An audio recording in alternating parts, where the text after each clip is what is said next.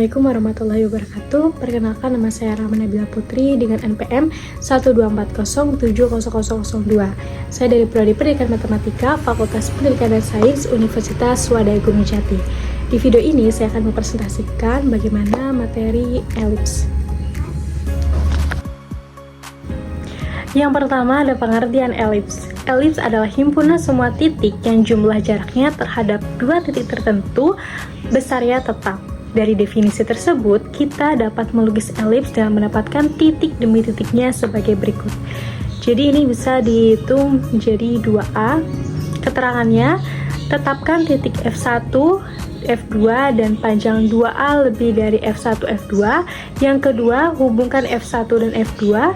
Yang ketiga, tentukan titik A dan B pada garis F1, F2 sehingga F2B sama dengan F1A, mutlak F2B sama dengan mutlak F1A.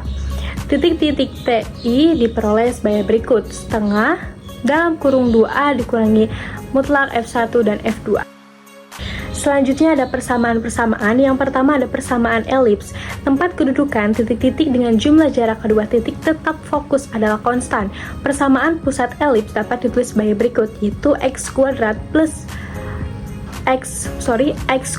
per a kuadrat ditambah y kuadrat per b kuadrat sama dengan 1, di mana a adalah sumbu panjang, b sumbu pendek, dan c jarak fokus. Hubungan dari ketiga tersebut adalah c kuadrat sama dengan a kuadrat dikurangi b kuadrat.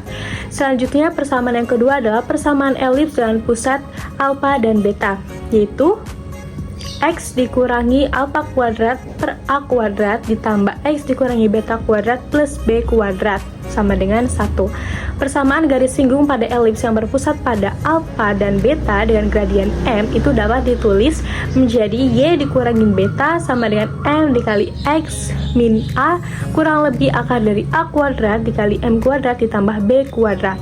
Selanjutnya persamaan yang ketiga adalah persamaan garis singgung elips, yaitu ada persamaan garis di titik x1y1 yaitu x1 kali x per a kuadrat ditambah y1y per b kuadrat sama dengan 1, dan garis singgung bergradien yaitu y sama dengan mx dengan mx kurang lebih dari akar b kuadrat ditambah a kuadrat dikali m kuadrat. Kemudian ada persamaan tali busur elips.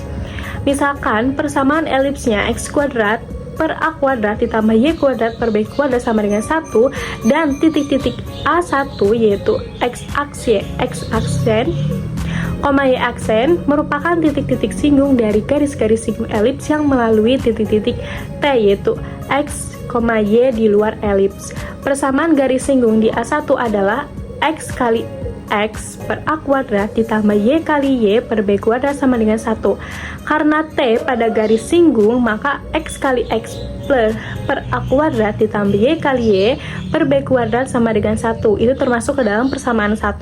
Kemudian karena T pada garis singgung, maka x kali x per a kuadrat ditambah y kali y per b kuadrat sama dengan 1 itu masuk ke dalam persamaan yang kedua.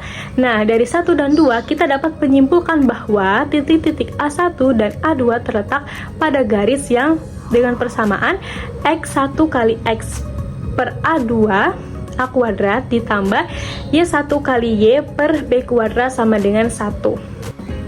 Selanjutnya ada sifat utama garis singgung pada elips. Sifat utama garis singgung pada elips adalah bahwa garis singgung di suatu titik pada elips akan membagi dua sama besar sudut yang dibentuk oleh garis yang menghubungkan titik singgung tersebut dengan kedua titik fokus elips. Penjelasannya, titik fokus itu adalah elips yang memiliki dua titik fokus atau titik api. Nah, garis singgung itu adalah jika sebuah garis menyentuh elips di satu titik singgung, garis tersebut akan membagi sudut yang dibentuk oleh dua garis yang ditarik dari titik singgung ke masing-masing fokus menjadi dua bagian yang sama besar.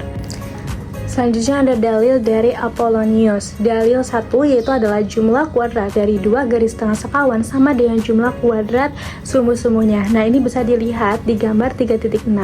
Itu adalah dapat ditentukan bahwa y sama dengan beta dan alfa, sehingga sin y sama dengan sin beta dikurangi alfa sama dengan sin beta sama dengan cos alfa dikurangi cos beta dikali sin alfa. Nah, sama dengan Y2 per B1 dikali X1 per A1 dikurangin X2 per B1 dikali Y1 per A1 sama dengan X1 kali Y2 dikurangin X2 kali Y1 per A1 kali B1. Kemudian ada dalil yang kedua dari Apollonius, yaitu luas jajaran genjang yang mengelilingi elips yang sisi-sisinya sejajar dengan garis-garis tengah sekawan sama dengan luas persegi panjang yang sisi-sisinya sejajar dengan sumbu-sumbu elips. Kemudian kita masuk ke dalam contoh soal. Contoh soalnya itu tentukan persamaan elips dengan pusat 0 dengan pusat O 0,0, E sama dengan 1 dan fokusnya yaitu di titik 4,0. Penyelesaiannya yang diketahui C itunya 4, kemudian E nya C per A dan A nya 8.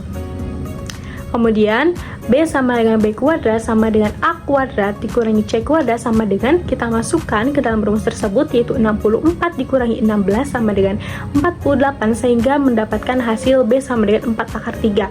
Nah, persamaan elipsnya itu sesuaikan dengan rumus persamaan yang awal, yaitu X kuadrat per A kuadrat ditambah Y kuadrat per B kuadrat sama dengan 1.